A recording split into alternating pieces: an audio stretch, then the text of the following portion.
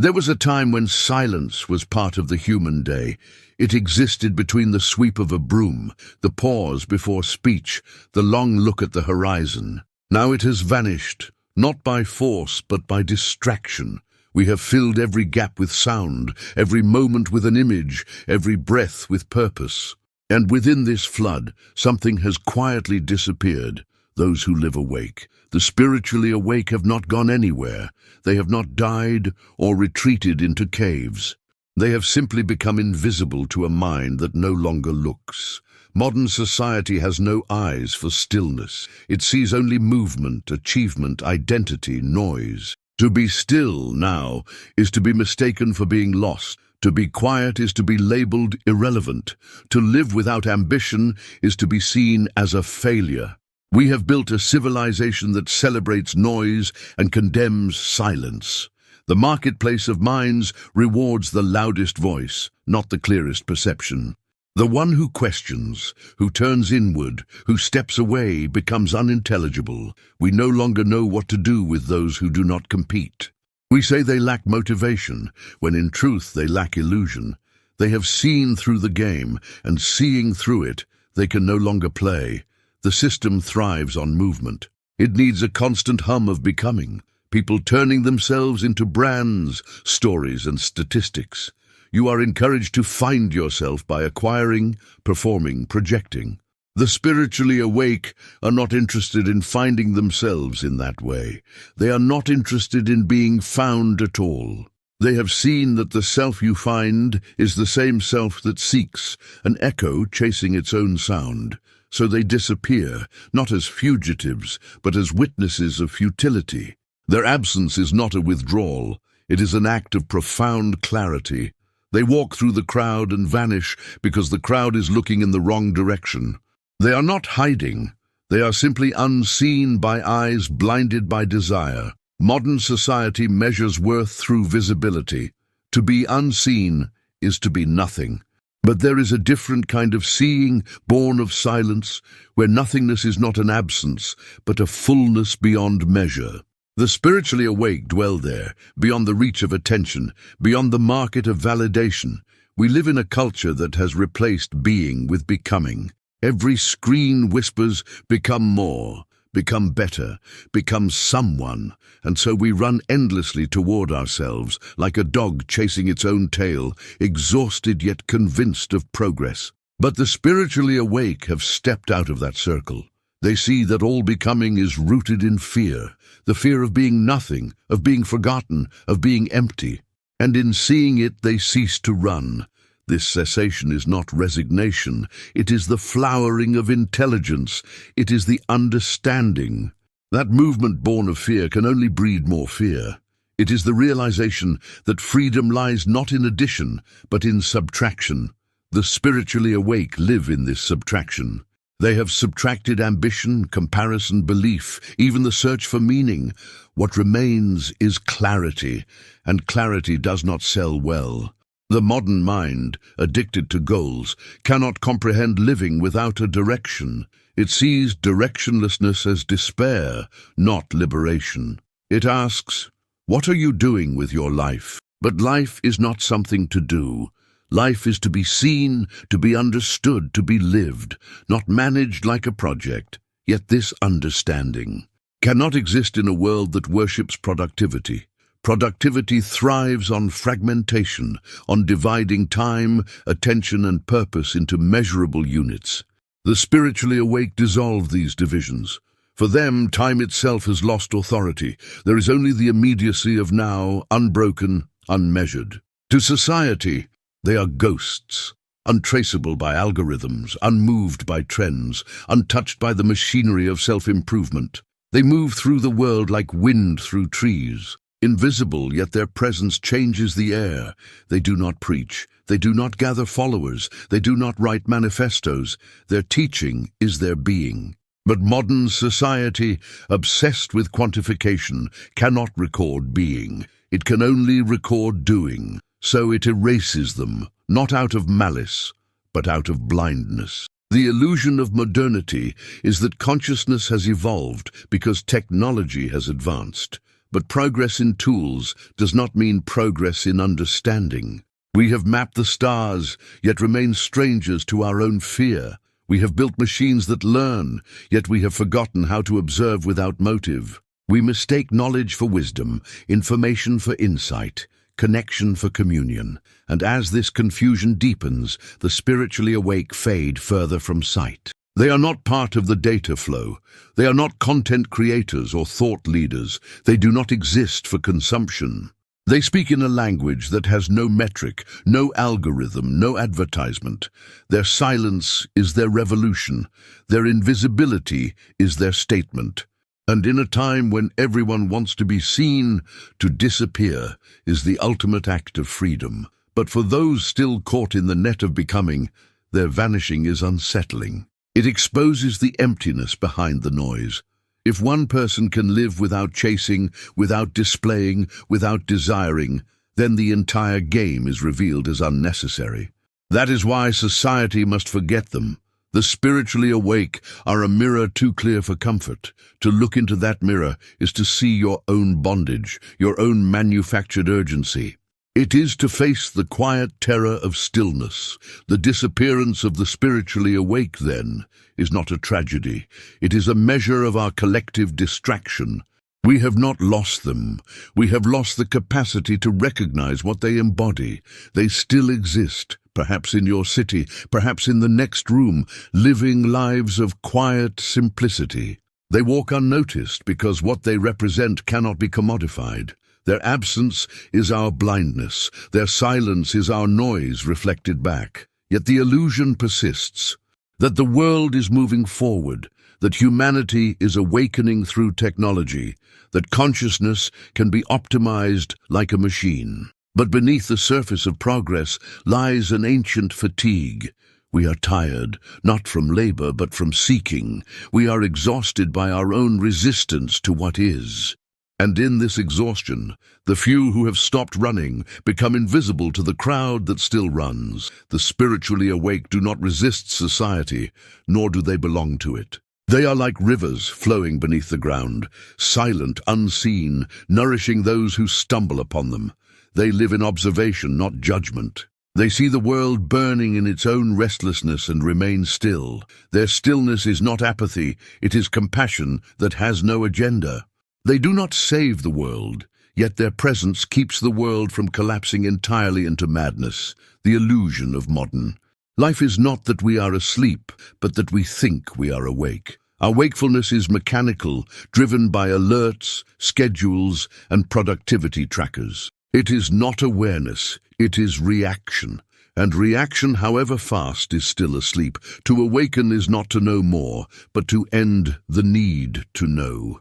It is to look simply without naming, without comparing, without reaching. That kind of seeing has vanished from the public eye. The spiritually awake vanish not because the world rejects them, but because they no longer belong to the field of recognition. They live in the interval between thoughts, where the world of time cannot enter. They are not separate from society. They are its silent conscience. Their disappearance is not escape, but the natural consequence of clarity in a world built on confusion. The disappearance of the spiritually awake is not a deliberate act of isolation. It is the natural movement of a mind that no longer clings to the noise of becoming. They vanish because the world they once knew no longer speaks their language. Its words, success, progress, relevance, have lost meaning. They do not resist these words. They simply see through them, like mist dissolving in sunlight. To those immersed in ambition, their stillness looks like absence. To those addicted to recognition, their anonymity looks like death. But to be unseen by the blind is not tragedy. It is liberation from the tyranny of perception. The spiritually awake have ceased to perform. They no longer live to be witnessed. Their being is not a spectacle, but a silence. Society thrives on visibility because it fears invisibility. What cannot be seen cannot be controlled, cannot be measured, cannot be sold. So invisibility becomes the new rebellion. When one stops striving to be seen, the machinery of validation loses its power. That cessation terrifies the conditioned mind, for its very identity is built on being recognized. Every child is born silent, then we teach it to speak, to name, to compare. Soon it learns to define itself through others' eyes. It learns that love must be earned, that value must be proven. The yachi, mind, becomes a mirror filled with reflections that are not its own. From that moment, the original silence begins to fade. The spiritually awake are those who have returned to that original silence, not by retreat, not by discipline, but through understanding. They have watched the whole movement of becoming, the hunger, the fear, the endless chase, and seen its futility. In that seeing, the chase ends by itself. And in that ending, there is a stillness not manufactured by effort. Modern culture calls such stillness laziness. It celebrates the restless, the ambitious, the perpetually dissatisfied. We admire those who struggle, not those who see, but struggle has become our narcotic.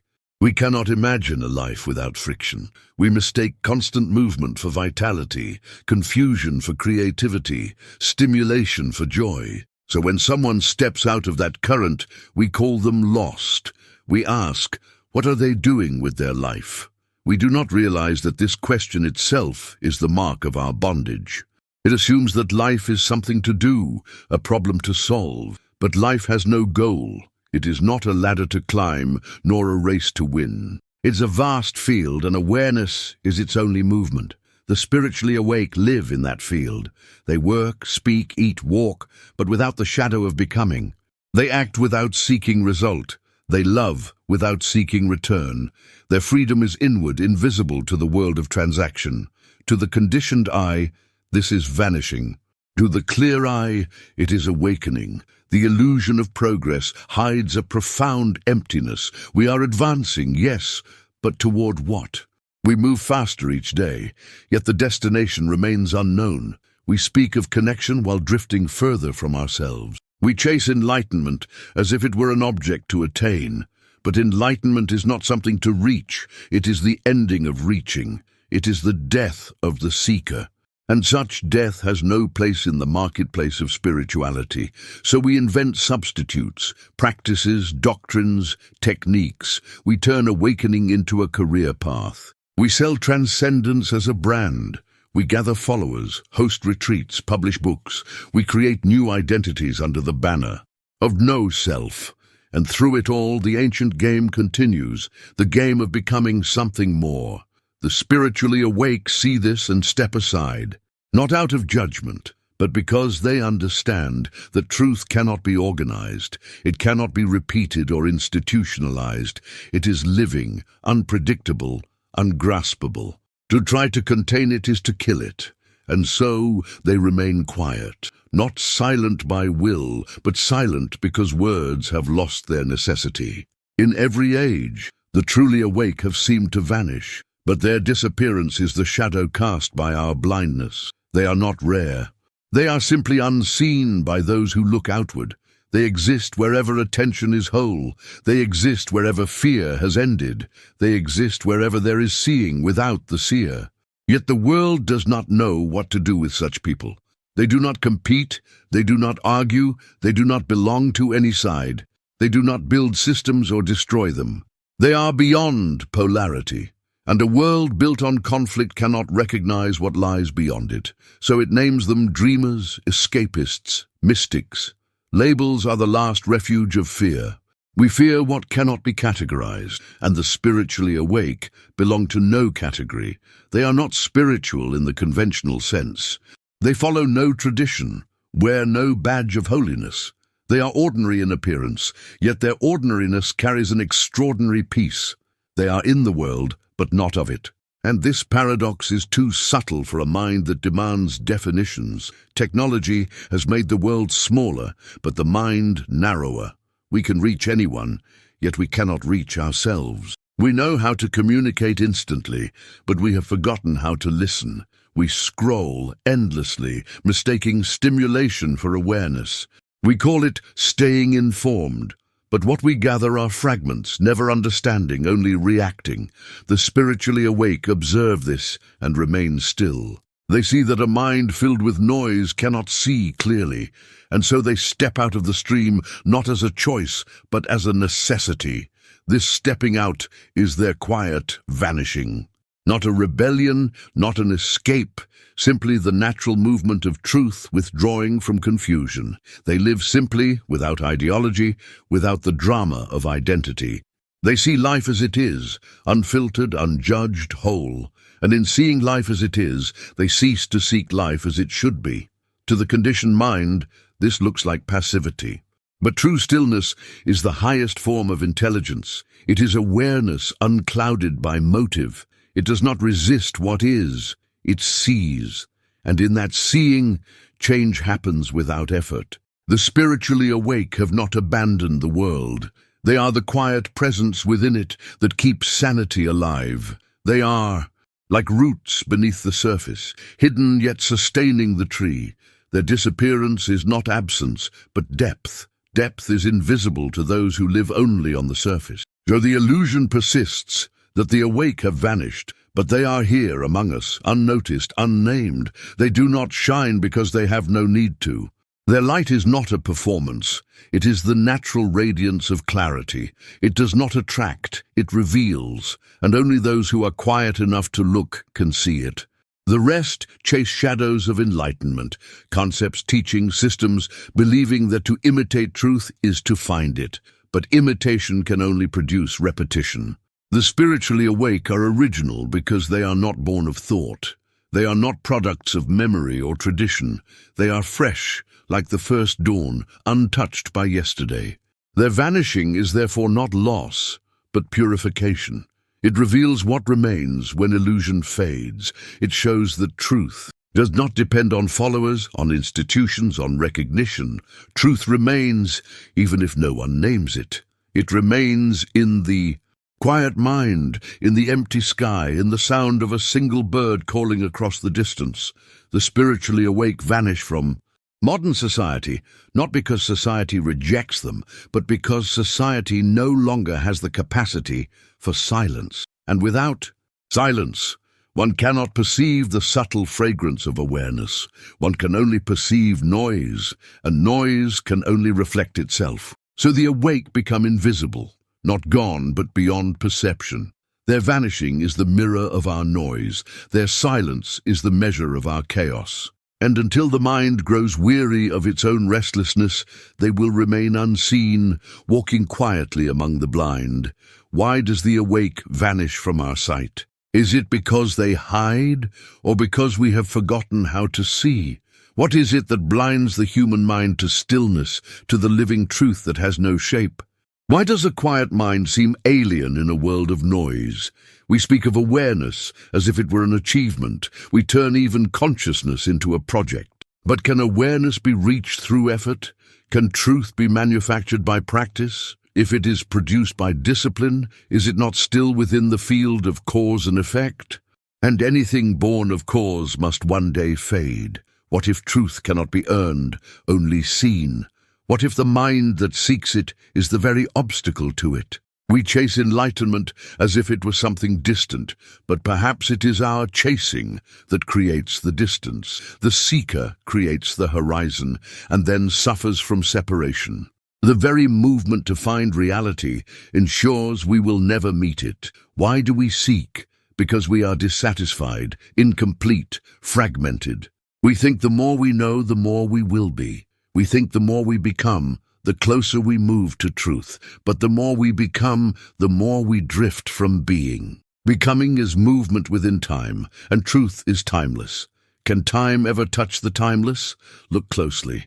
Every search begins in fear. Fear of emptiness, fear of insignificance, fear of death. The mind moves outward to escape itself. It seeks experience, belief, security, to fill the void it does not want to face.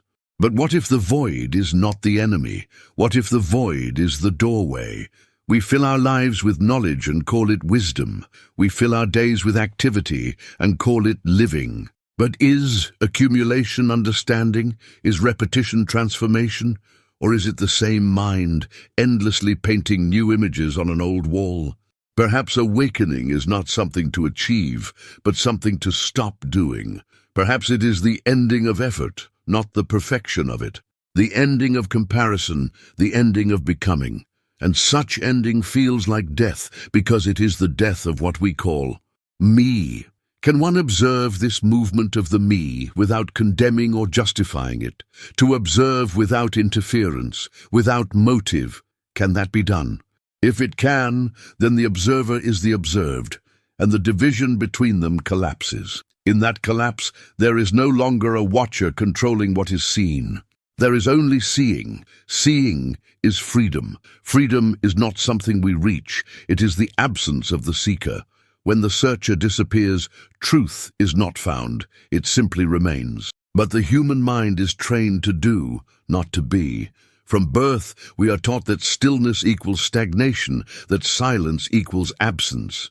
So when the spiritually awake stop running, we interpret it as withdrawal. We do not see that they have stopped because they have arrived. We cannot imagine an ending to the journey because our identity is the journey. Ask yourself, who would you be if you were not seeking something? If there were no goal, no improvement, no tomorrow, what would remain? The mind hesitates to answer because its existence depends on movement toward an imagined future. To stop is to die, so it invents endless destinations to avoid facing its own emptiness. But that emptiness is not desolation, it is purity. It is the space in which all things appear and vanish. It is the vast silence in which life unfolds. When you stop escaping it, it ceases to be frightening. It becomes the most sacred thing there is. The spiritually awake live in that space. They do not own it, they are it. And because they are it, they cannot be seen as separate entities. You cannot identify them because they have no identity. You cannot follow them because they do not lead. You cannot imitate them because what they are cannot be imitated. Yet the mind insists, tell me how. How do I awaken? What must I do? The very asking contains the error. The how implies a method, and a method implies continuity in time. But awakening is not in time. It is the ending of time, a psychological becoming. Can you see that any method only strengthens the seeker? That every practice creates a practitioner, every path creates a traveler. And as long as there is a traveler, there is distance. Distance breeds effort, and effort breeds conflict. Truth cannot exist in conflict. So the question changes. It is no longer, how can I awaken?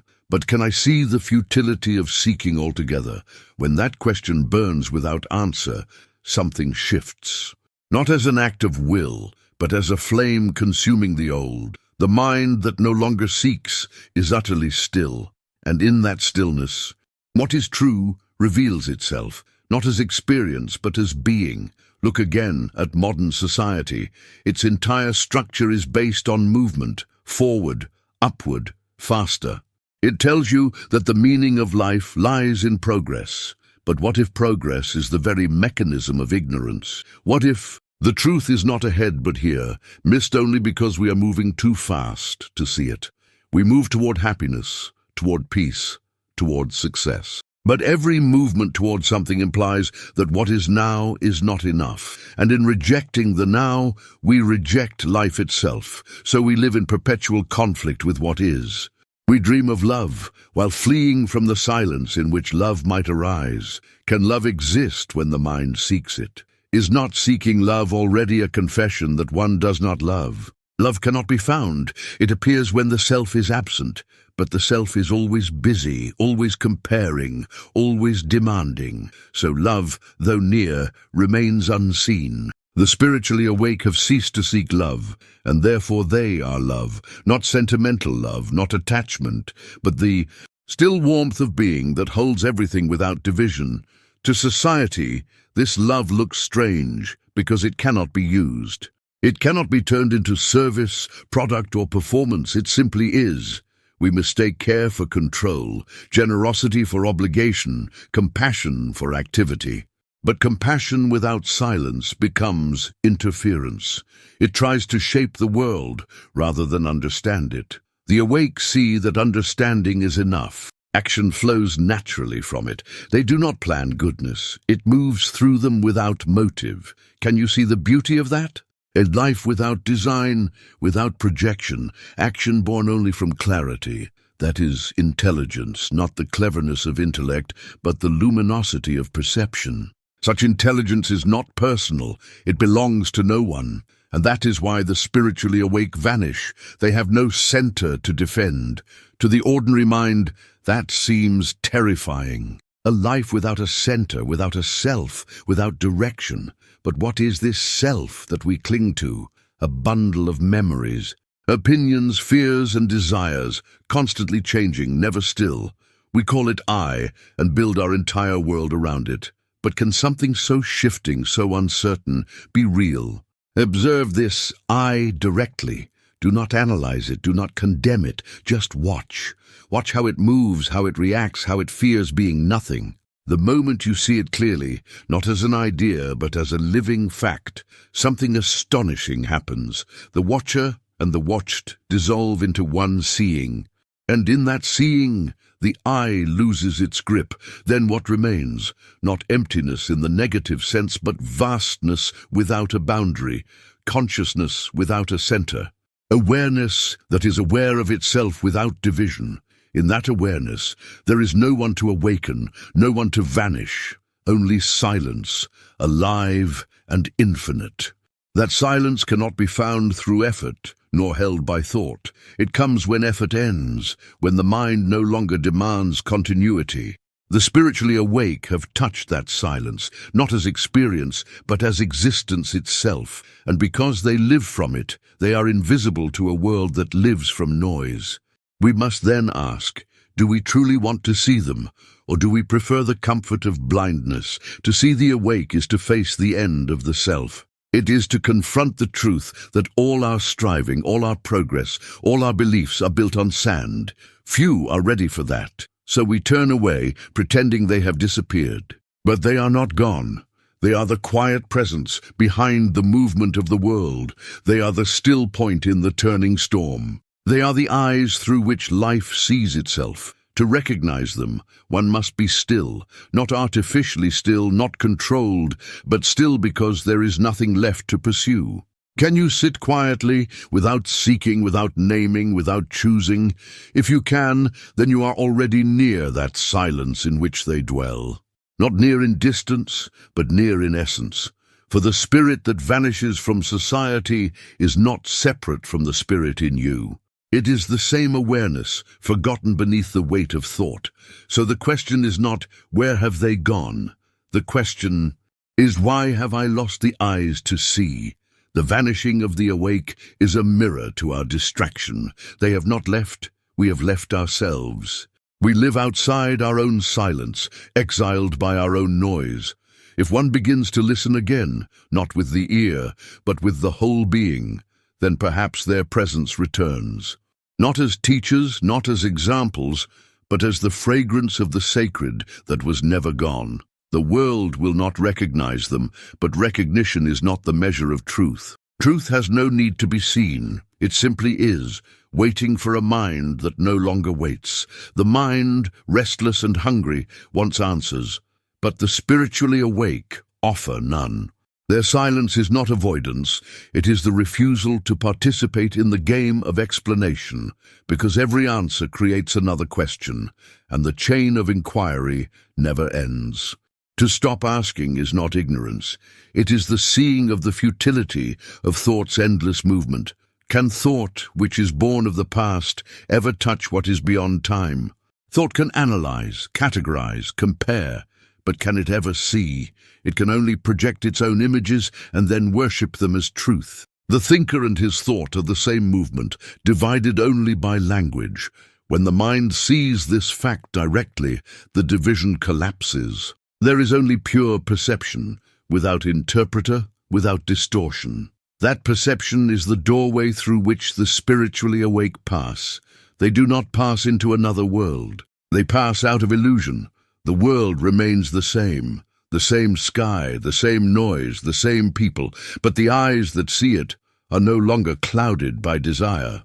They live in the same city, walk the same streets, yet inhabit an entirely different dimension of seeing. You may ask, how can one live in the world and not belong to it?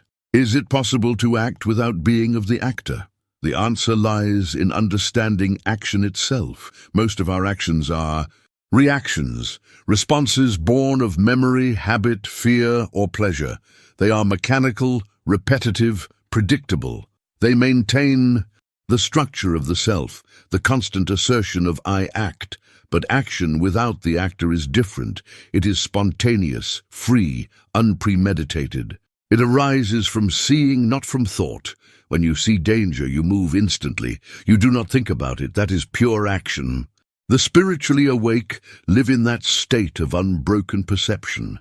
Their life is not guided by ideals or beliefs, but by direct observation. In that observation, there is intelligence, and intelligence is order. Our society confuses order with control. We believe that to create harmony, we must impose rules, systems, authority. But all imposed order is disorder because it breeds resistance. True order arises naturally when there is clarity. When the mind sees the whole, there is no need for rules. Clarity itself guides action. So the question is not how to live rightly, but whether we can see clearly. If there is clarity, right action follows without effort. If there is confusion, every effort produces more confusion. The spiritually awake do not live by principle, they live by perception. And perception is only possible in silence. Why do we fear silence? Because silence reveals what we are. In noise we can hide. We can drown in music, conversation, entertainment, ideology. But in silence, all masks fall. We face ourselves naked without escape, and what we see frightens us, the pettiness, the loneliness, the uncertainty. So, we fill the silence with thought, thinking it will protect us. But thought is the very thing that creates fear. Can one look at fear without running from it? Not analyze it, not explain it away, but simply watch it move in the body, in the breath, in the pulse. Fear cannot endure such direct observation. It dissolves like darkness before a candle. What remains is attention without center, a vast awareness untouched by fear. That is the beginning of awakening. The spiritually awake have walked this path of seeing, not step by step, but all at once. Awakening is not gradual. Time does not lead to timelessness. It is a sudden ending, not a slow improvement. An ending to effort, to conflict, to resistance, and that ending is the beginning of clarity. But the modern mind does not like endings. It wants continuity, of pleasure, of progress, of identity. We even want continuous enlightenment, constant joy, constant peace, constant expansion. We treat awakening like an upgrade, but truth is not an extension of the self. It is the death of it. And that is why few approach it honestly. We want awakening, but we do not want to die. What is it that dies in awakening? The I, the center that gathers, judges, fears, and remembers. The self built of experience, clinging to continuity. When that structure ends, what remains is vastness. Not personal vastness, but the immeasurable. And that cannot be named, cannot be captured by words or thought. If you were told what it is, it would already be false. The description is not the described, the map is not the territory. To cling to descriptions is to remain trapped in the known. The spiritually awake live in the unknown, moment to moment. They are not reckless, they are simply free from the security of conclusions. Their only guide is awareness itself. Can you live without conclusion, without saying, this is right, this is wrong, this is who I am? If you can, then life becomes astonishingly alive. Every moment is new, uncontaminated by the past. You meet the world without the shadow of yesterday. That freshness is innocence, not the innocence of ignorance, but of perception unscarred by time. The awake have that innocence, and innocence is invisible to sophistication. We, the clever ones, cannot see them because we have filled our minds with too much knowledge. Knowledge becomes a wall. It filters every perception through the past. We see not what is, but what we expect to see, And so the awake walk among us unseen because our eyes are crowded with memory. Ask yourself then, can you look at life without memory interfering? To look at a tree, a face, a thought, without the word, without the image, can that happen? If it can, that seeing is pure love. Love is not thought, not emotion, not attachment. It is the state of perception without separation, where the observer and the observed are one movement. In that movement, all conflict ends. The spiritually awake live in that ending. They do not arrive there through will, but because they have ceased to escape what is. They have seen through the illusion of continuity, and in seeing it, it dissolves. What remains is simplicity, utter simplicity of being, and simplicity is invisible to the complex. Society worships complexity because complexity sustains control. It makes one dependent on authority, on experts, on systems, but the truth needs no authority. It is self-evident to the clear mind. That is why the awake are dangerous to the established order, not because they rebel, but because they are free. Freedom cannot be institutionalized. It threatens every structure built on conformity. Thus, the quiet vanishing of the awake is not an accident. It is inevitable. When truth appears, illusion withdraws. The world of ambition and recognition has no room for those who cannot be manipulated by desire or fear. So they are quietly erased, not by violence, but by indifference. Their value cannot be quantified, so the world forgets them. But forgetting does not erase truth. It only reveals blindness. If one begins to question deeply, not casually, not intellectually, but with the whole being, then the same clarity awakens within. To question without seeking an answer is to awaken intelligence. Intelligence that is not thought, not logic, but direct perception. That intelligence is sacred. Not sacred in the religious sense, but sacred because it cannot be corrupted. Can you sense that intelligence now as you read? Not as an idea, but as a subtle awareness behind the words. That stillness which watches without judging, that is the same stillness in which the awake dwell. It has never vanished. It is here, waiting behind thought, beneath the noise, beneath the restless pursuit of meaning. When the mind stops running, it returns home to that stillness. Home is not a place. It is the absence of becoming. It is the end of exile. In that return, the division between the awake and the asleep dissolves. There are no categories left, only life whole and undivided. But to see this, one must die to everything known, to every belief, every image, every desire. Death, not physical but psychological, the ending of yesterday. Without that death, there is no newness, and the new is what the world has lost sight of. That is why it seems the awake have vanished. They have not vanished, they are the new, but the old cannot recognize the new, it only repeats itself. The new is silence. The old is noise, the new is love, the old is fear, the new is this moment without tomorrow. To meet it, one must be empty. Only an empty vessel can receive the infinite. So the questioning must continue until the questioner disappears. When no one remains to ask, only awareness remains. And in that awareness, all division ends, between seeker and sought, between awake and asleep, between vanishing and appearing. All is one movement of life, endlessly beginning. There comes a point when all questioning burns itself out, when the mind, exhausted by its own seeking, falls silent, not through effort, but through the simple recognition that there is nowhere to go. In that silence, the noise of centuries ends. The machinery of becoming winds down, and what remains is the bare fact of being. This is clarity, not the clarity of understanding.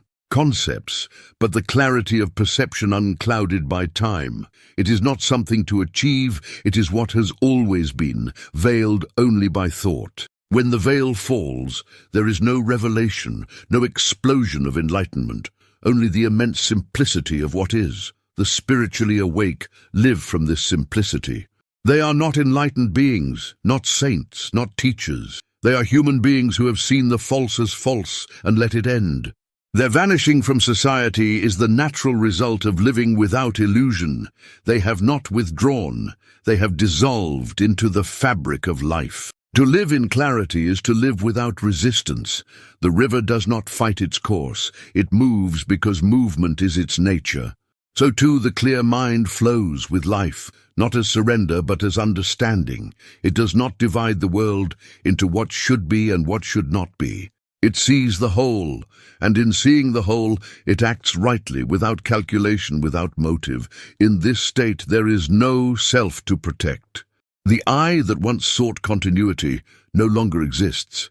What remains is vast space, and within that space every movement of thought, every feeling, every sensation arises and passes without residue. Nothing is carried over, nothing clung to. Each moment is new, complete in itself. Society cannot recognize such a life because society functions through continuity, through history, identity, and purpose. It cannot comprehend action without motive, love without object, peace without effort, so it calls the awake impractical, detached, or strange. But the clear mind is the most practical of all, because it sees things as they are. Its perception is not clouded by fear or desire. And to see what is purely is the beginning of intelligence.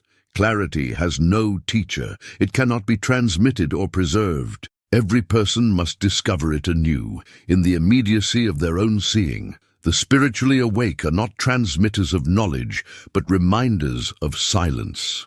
Their presence whispers that there is another way of living, a way not based on fear, competition, or ambition, but on direct communion with life itself. In clarity, there is no separation between observer and observed. You are the world, and the world is you. The violence, greed, and confusion you see outside are the projections of the same movement within. To see this without condemnation is to end it. Not through willpower, not through reform, but through understanding. Understanding ends what analysis cannot. This ending is not destruction, it is creation. When the false dies, space is made for the new. The new is not invented by thought. It arises when thought is quiet. Like the first light before dawn, it reveals without claiming. It does not belong to anyone. It is the song of life itself. The spiritually awake live in that song. They do not sing it, they are it. That is why they cannot be found. The singer has vanished, and only the song remains. Their presence is the presence of clarity, without center, without boundary. Clarity does not shout.